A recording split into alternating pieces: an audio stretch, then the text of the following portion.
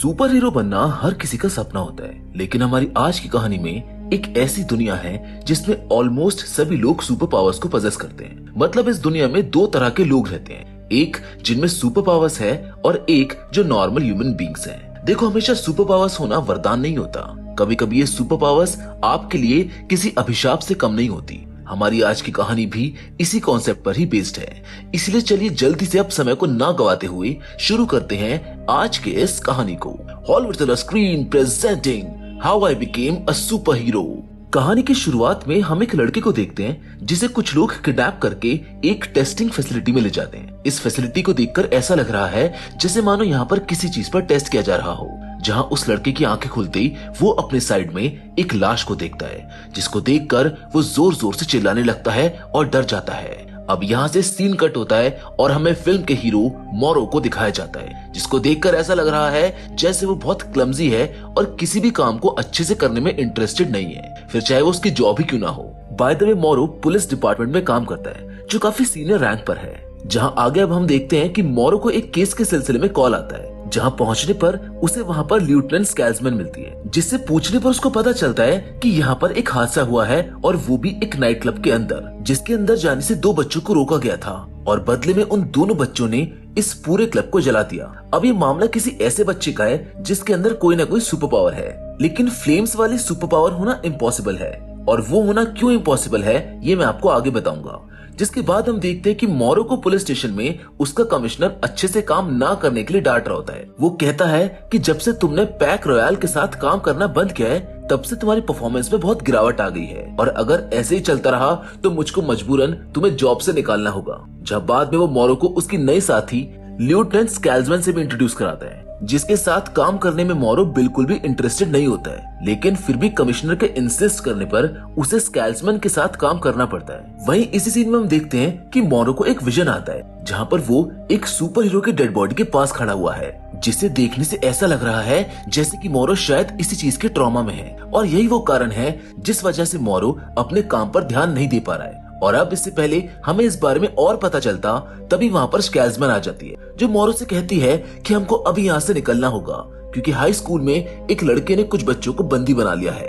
अब स्कैल्समैन और मोरो दोनों हाई स्कूल के लिए निकल जाते हैं, जहाँ पर वो देखते हैं कि एक लड़का फ्लेम्स की पावर को इस्तेमाल करके सभी बच्चों को मारने की कोशिश कर रहा है। जिससे बचते हुए हम एक लड़की को देखते हैं जिसके पास भी इलेक्ट्रिसिटी को मैनिपुलेट करने की पावर होती है। मोरो उस लड़के को देखकर उसको रोकने की कोशिश करता है। वो उसको समझाने की कोशिश करता है कि तुमको ये सब करने की जरूरत नहीं है, मुझसे बात करो, मैं सब कुछ ठीक कर दूंगा। लेकिन वो लड़का पता नहीं क्यों काफी डरा हुआ होता है। मोरो उसको शांत करने की कोशिश करता है, लेकिन वो लड़का कहता है कि बहुत देर हो चुकी है। मोरो जानता था कि वो लड़का अपने होशो आवाज में नहीं है, इसीलिए वो बहुत ज्यादा खतरनाक है, और जैसे वो उस लड़के का ध्यान भटकते हुए देखता है वो उसको तुरंत कंट्रोल कर लेता है। जिसके बाद हम स्कैल्समैन को देखते हैं, जो मोरो को बताती है कि उस लड़के से पूछताछ करने पर पता चला है कि उसने उस क्लब को नहीं जलाया था, लेकिन यहाँ के और उस क्लब के बर्न मार्क्स एक जैसे हैं। लेकिन ये कैसे पॉसिबल है कि दो फ्लेम थ्रोवर्स एक जैसी पावर्स को पजेस कर रहे हैं? अच्छा, किसी भी सुपर हीरो मूवी में या फिर पर्टिकुलरली इसी मूवी में कोई भी दो इंसान एक जैसी पावर्स को पजेस नहीं कर सकता है। ये चांसेस बहुत रेयर होते हैं अनटिल और अनलेस उन दोनों में कोई रिलेशन ना हो। जिसके बाद हम कुछ बच्चों को देखते हैं जो किसी सब्सटेंस को इनहेल करके फ्लेम्स को थ्रो कर रहे होते हैं, और ये सब बच्चे जो ऐसा कर रहे हैं ये पावरलेस बच्चे हैं। मतलब ये सब्सटेंस जिसको ये इनहेल कर रहे हैं वो इनको पावर्स दे रहा है, और यही रीजन है कि उस हाई स्कूल वाले लड़के के और जिसने क्लब को जलाया था उस लड़के के बर्न मार्क्स एग्जैक्ट सेम थे। जहां आगे अब हम मोरो को उसके दोस्त हेनरी के पास देखते हैं। हेनरी उसी पैक रॉयल का मेंबर था जिसका जिक्र मोरो के कमिश्नर ने किया था, लेकिन उसकी बीमारी और उम्र के चलते अब वो पैक रॉयल का हिस्सा नहीं है, बल्कि अब कोई पैक रॉयल है ही नहीं। यहाँ पर आगे हमको पता चलता है कि हेनरी भी पावर्स को पजेस करता है, जो कि टेलीपोर्टेशन की पावर है, लेकिन अल्जाइमर की वजह से उसे अब उसकी पावर्स को इस्तेमाल करने में बहुत प्रॉब्लम होती है। इस फिल्म में एक बहुत अच्छी चीज है जो दूसरी कन्वेंशनल सुपर हीरो मूवी से थोड़ी अलग है। इस फिल्म में जो सुपर हीरोज हैं वो मॉर्टल है, यानी नॉर्मल ह्यूमन बींग्स की तरह ही मारे जा सकते हैं। जहां आगे हम एक बार फिर से मोरो को उसके घर पर अकेला देखते हैं, और इस बार हमें वहाँ पर पैक रॉयल की कुछ पिक्चर्स न्यूज़पेपर में देखने के लिए मिलती हैं। साथ ही में हमको एक फ्लैशबैक भी दिखाया जाता है जिसमें मोरो किसी को मार रहा होता है, जिसे रोकने पैक रॉयल आ जाता है, जिनमें हेनरी के साथ दो लोग और होते हैं। मोरो एक्चुअली में हमेशा से पुलिस वाला नहीं था, यहाँ पर पैक रॉयल मोरो की मदद करता है और उनके रिकमेंडेशन पर ही उसको पुलिस में भर्ती किया जाता है। अब एक बार फिर से हमें प्रेजेंट का सीन दिखाया जाता है, जहाँ हम एक बार फिर से मोरो को हेनरी के साथ देखते हैं। मोरो हेनरी से पूछता है कि क्या हम किसी भी इंसान को उसकी शक्तियों के बारे में जानकर खोज सकते हैं, जिस पर हेनरी मोरो की हेल्प करते हुए अपने डेटाबेस में से बजेरो नाम के एक शख्स को ढूंढ लेता है, जिसके अंदर कुदरती फ्लेम्स को छोड़ने की पावर्स हैं। और हेनरी के अकॉर्डिंग वो काफी क्रूएल है, जो काफी बार जेल भी जा चुका है। मोरो से पूछता है कि क्या उसका कोई बच्चा भी है, जिस पर हेनरी उसको मना कर देता है। जहाँ आगे अब हम एक आदमी नाजा को देखते हैं, जो देखने में एक गैंगस्टर लग रहा है। अब इससे ज्यादा हमें उसके बारे में पता चल पाता कि तभी सीन चेंज होता है और हमें एक बार फिर से पुलिस स्टेशन का सीन दिखाया जाता है, जहाँ मोरो सबको बजेरो के बारे में बताता है, जिसको सुनने के बाद कमिश्नर मोरो से कहता है कि हमें बजेरो और उस कैफे फायर के कनेक्शन को हर हाल में ढूंढना होगा। जिधर स्कैल्समैन मोरो से नाराज होती है कि तुमने मुझको बजेरो के बारे में पहले क्यों नहीं बताया। अब इन दोनों की बातें चली रही होती हैं कि तभी मोरो के पास हेनरी का फोन आता है, जो उसे बजेरो के बारे में बताता है कि जेल से छूटने के बाद वो एक रेस्टोरेंट में जॉब करता था, जिसने कैलिस्टा का रिहैब प्रोग्राम भी ज्वाइन किया था। यहाँ पर मैं आपकी जानकारी के लिए बता दूं कि कैलिस्टा पैक रॉयल टीम की दूसरी मेंबर है, जो अब एक रिहैब सेंटर चलाती है। कैलिस्टा के अंदर फ्यूचर को देखने की पावर्स है, जो अपने सेंटर के एक लड़के का फ्यूचर देखकर उसको बोलती है कि तुम ये सब करना कब बंद करोगे।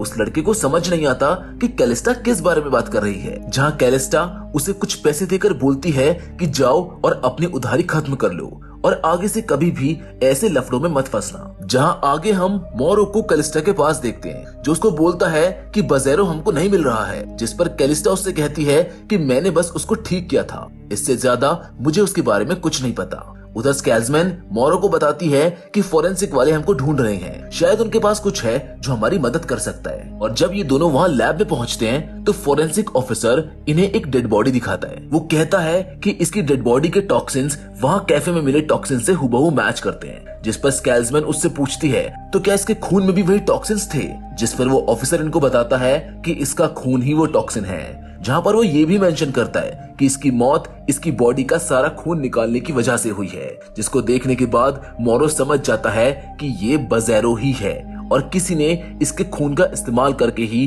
वो सब्सटेंस बनाया है, जो थोड़ी देर के लिए इनहेल करने के बाद नॉर्मल ह्यूमन बींग्स को भी सुपर पावर्स दे देता है। अब मोरो उन सभी लोगों से बातचीत करता है जिनसे बजेरो ने हाल ही में मुलाकात की थी, लेकिन फिर भी उसको कोई ऐसा ठोस सबूत नहीं मिलता जिससे वो इन सारी चीजों को कनेक्ट कर सके। इधर दूसरी ओर हमें वही लड़की दिखाई जाती है जिसको हमने स्कूल में इलेक्ट्रिसिटी मैनिपुलेट करते हुए देखा था, जब उस लड़के ने इन सबको हॉस्टेज बनाया था। इस लड़की का नाम लिली है, जिसके पास एक लड़का आता है जो उससे बात करने की कोशिश करता है। वो जानता है कि लिली के पास सुपर पावर्स है, इसीलिए वो दूसरों से ज्यादा घुल मिलकर नहीं रहती है। अब इस चीज का फायदा उठाकर वो लिली का ट्रस्ट हासिल करता है और उसको अपना कार्ड देकर कहता है कि कभी भी अगर तुमको मेरी जरूरत हो तो मुझको फोन जरूर करना। उधर मोरो और स्कैल्समैन दोनों अभी भी बजेरो केस की कड़ियों को जोड़ने में लगे हुए थे, जहां पर उनको एक अमीन नाम के लड़के का पता चलता है, जिससे पूछताछ करने पर उनको पता चल जाता है कि इस्माइल नाम का कोई लड़का ये सारे सब्सटेंस को बेच रहा है। उधर नाजा को भी ये जानकारी मिल जाती है कि इस्माइल उनको धोखा दे रहा है, जो चुपचाप इस सब्सटेंस को बेच रहा है। वो अपने आदमियों को उसको पकड़ने के लिए भेज देते हैं, लेकिन अब इससे पहले नाजा इस्माइल तक पहुंचता, मोरो और स्कैल्समैन उसको पकड़ लेते हैं। अब हमें एक बार फिर से कैलिस्टा के रिहैब सेंटर को दिखाया जाता है, जहां पर उसके कुछ स्टूडेंट्स किसी सब्सटेंस की बात कर रहे होते हैं, जहां से सीन शिफ्ट होता है और हमें पुलिस स्टेशन का सीन दिखाया जाता है। इस्माइल पुलिस को कुछ भी बताने के लिए तैयार ही नहीं था कि तभी मोरो के पास हेनरी का कॉल आता है, जो उसको बताता है कि एक और सुपर हीरो गायब है, जिसका नाम है एक्लिप्सो द एन्चेंटर, जिसके पास सामने वाले को अंधा करने की शक्तियां हैं। और अब इससे पहले मोरो कुछ और समझ पाता, वहाँ पुलिस स्टेशन पर नाजा के आदमी हमला कर देते हैं, जिनके पास वही एक्लिप्सो वाली पावर्स होती हैं। यानी कि नाजा ने एक्लिप्सो वाली पावर्स का सब्सटेंस भी बना लिया है, जिसका ये मतलब है कि शायद एक्लिप्सो भी मारा जा चुका है और वो आदमी जो हमको फिल्म की शुरुआत में दिखाया गया था वो एक्लिप्सो ही था। नाजा के आदमी इस्माइल को छुड़ाने आए थे, जिस फाइटिंग सीक्वेंस में स्कैल्समैन छत से नीचे गिर जाती है, जिसको बचाता है मोरो। और यहाँ पर हमको पहली बार पता चलता है कि मोरो भी कोई साधारण इंसान नहीं है, वो भी स्पेशल पावर्स को पजेस करता है, और कोई ऐसी पावर नहीं बल्कि माइंड मैनिपुलेशन की पावर, जिससे वो किसी भी चीज को कंट्रोल कर सकता है। इस्माइल इस चीज को देख लेता है, जिधर एक बार फिर से हमें वही मोरो का फ्लैशबैक दिखाया जाता है, जहाँ पैक रॉयल को उसकी पावर्स के बारे में पता होता है। जो अब स्कैल्समैन को भी पता है। वो उससे पूछती है कि मैंने नोटिस किया है कि तुम परेशान रहते हो, क्या हुआ था तुम्हारे साथ। उधर नाजा इस्माइल से सारी जानकारी निकालने की कोशिश करता है, जहां पर वो उसको मोरो की पावर्स के बारे में बताता है, जिसके बाद नाजा इस्माइल को मार देता है। उधर कैलिस्टा के रिहैब सेंटर के 2 लड़कों की भी इस नए सब्सटेंस की वजह से मौत हो जाती है, जिससे कैलिस्टा भी अब मोरो का साथ देने का फैसला करती है। वहीं आगे मोरो को ये पता चलता है कि लिली, जिस लड़की के अंदर इलेक्ट्रिसिटी मैनिपुलेशन की पावर है, वो सुबह से गायब है, जिसकी छानबीन करने मोरो उसके घर जाता है, जहां से उसको नाजा के आदमी किडनैप करने की कोशिश करते हैं। कैलिस्टा ये सब पहले से ही देख लेती है, इसीलिए स्कैल्समैन और वो दोनों मिलकर उसको बचाने की कोशिश करते हैं। मोरो बेहोश होता है, लेकिन फिर भी वो अपनी पावर्स का इस्तेमाल करके उन सबको रोकने की कोशिश कर रहा होता है, जिसको ऐसा करता देख उनमें से एक आदमी मोरो को गोली मारकर वहां से भाग जाता है। लेकिन मोरो की पावर्स उसके शरीर में से वो सारी गोलियां बाहर निकाल देती हैं, जिसके बाद कैलिस्टा और स्कैल्समैन मोरो को लेकर हेनरी के पास जाते हैं, जहां स्कैल्समैन कैलिस्टा से मोरो के बारे में पूछती है, जिस पर कैलिस्टा बताती है कि मोरो हमें एक क्राइम सीन पर मिला था, जहां गीगामैन ने उसकी शक्तियों को भांप लिया था। वो उसको पैक रॉयल में शामिल करना चाहता था, जहां एक मिशन के दौरान गीगामैन की मौत हो जाती है। मोरो आज तक उसकी मौत का खुद को जिम्मेदार मानता है, और वो लड़की जिसका नाम लिली है, वो गीगामैन की बेटी है। इसीलिए मोरो उसको किसी भी कीमत पर बचाना चाहता है, कि वो जानता है कि नाजा ने उसको किडनैप क्यों किया है, पर फिलहाल उसकी हालत ठीक नहीं है, इसीलिए ये रिस्पॉन्सिबिलिटी कैलिस्टा, हेनरी और स्कैल्समैन को ही उठानी थी। ये लोग एक डॉक्टर जिसका नाम कगीरी होता है, उसको ट्रैक करके ये पता लगा लेते हैं कि नाजा का बेस सेंटर कहाँ पर है। कगीरी वो डॉक्टर है जो नाजा की इन सब में मदद कर रही है। उसे सुपर हीरोज के मॉलिक्यूलर स्ट्रक्चर्स और मेंटल इलनेस के बारे में अच्छे से पता है, जिस वजह से वो आसानी से इन सब्सटेंस को बनाने में कामयाब हो रही है। लेकिन कगीरी अभी सब छोड़ना चाहती है। उसके अकॉर्डिंग उसने ये सब्सटेंस इन चीजों के लिए डेवलप नहीं किया था। जिसके बाद ये तीनों लिली को बचाने के लिए नाजा के बेस पर चले जाते हैं, जहां इनका मुकाबला नाजा की सुपर पावरफुल फोर्स से होता है, जिनके पास अब लिली की इलेक्ट्रिसिटी को मैनिपुलेट करने की पावर्स भी होती है। लेकिन अभी भी लिली मरी नहीं है। जहां ये तीनों उसको बचाने की कोशिश कर ही रहे होते हैं, लेकिन नाजा और उसके लोग इनके ऊपर हावी होने लगते हैं। ऐसा लगने लगता है कि नाजा इनको भी दूसरों की तरह मार देगा, लेकिन तभी वहां पर मोरो आता है, जो अपनी पावर्स का इस्तेमाल फुल पोटेंशियल पे करता है। वो लिली के डैड यानी कि गीगामैन को नहीं बचा पाया था, लेकिन वो लिली को बचाने में कामयाब हो जाता है। वो नाजा को मारकर इन सबको बचा लेता है, जहां पहली बार हम मोरो को उड़ते हुए भी देखते हैं। यानी कि ये सुपर हीरो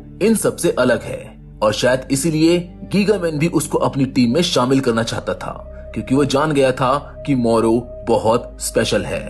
पैक रॉयल अब वापस आ चुका था, जिसमें एंट्री हो गई थी एक नए सुपर हीरो की, जिसको जनता ने नाम दिया था टाइटन का। टाइटन की कहानी तो अभी यहाँ से शुरू हुई है, पर फिलहाल हमारी आज की इस कहानी में बस इतना ही। मैं उम्मीद करता हूँ कि ये कहानी आपको पसंद आई होगी। बाकी मिलेंगे आपसे एक और नई इंटरेस्टिंग कहानी के साथ, पर तब तक के लिए धन्यवाद।